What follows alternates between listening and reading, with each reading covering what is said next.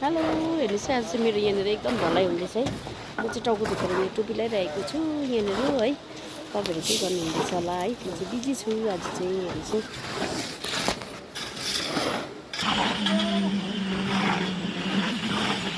आजकल चाहिँ अब कति सजिलो छ है। पहिला चाहिँ अब ढलाइ गर्दाखेरि सिमेन्ट यस्तो उयो गर्नु लागिरहेको डन्ठा बोकेर फाट्नुपर्ने होइन।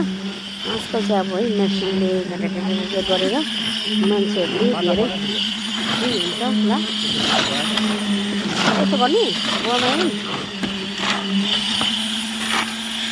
काठ छ त काटी छ त बनायो भने एकदम पक्का पक्का पर्दैछ।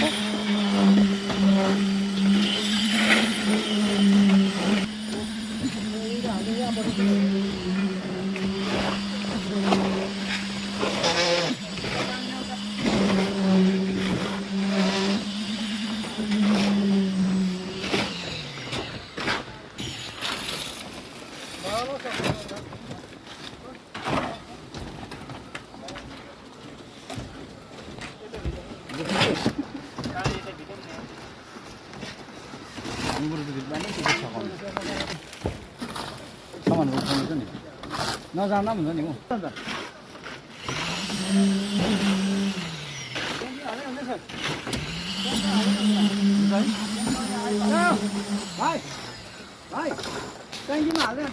भोलि पर्सि चाहिँ टक्क यस्तो हेर्दाखेरि चाहिँ यहाँ प्यासेसमा बसेर चाहिँ यस्तो खोलामा हेर्दै है ऊ पारी रोडमा चाहिँ रोड चाहिँ अलिक रुखले छेल्छ है।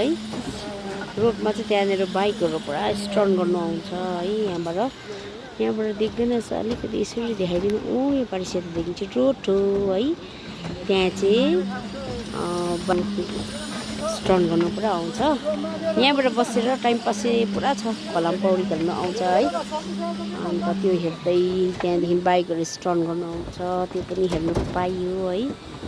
अन्त अब यति नै हो। यहाँबाट अलिकति इन्द्र खोप्चा भएर चाहिँ त्यति साह्रो उयो देख्दैन।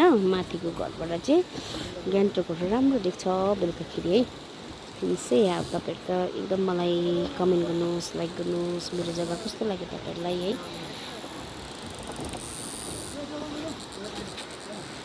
यस्तो देख्छ हेर्नुहोस् यहाँनिर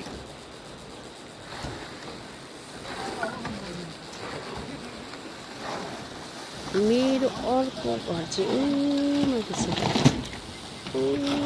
है देख्दैनस्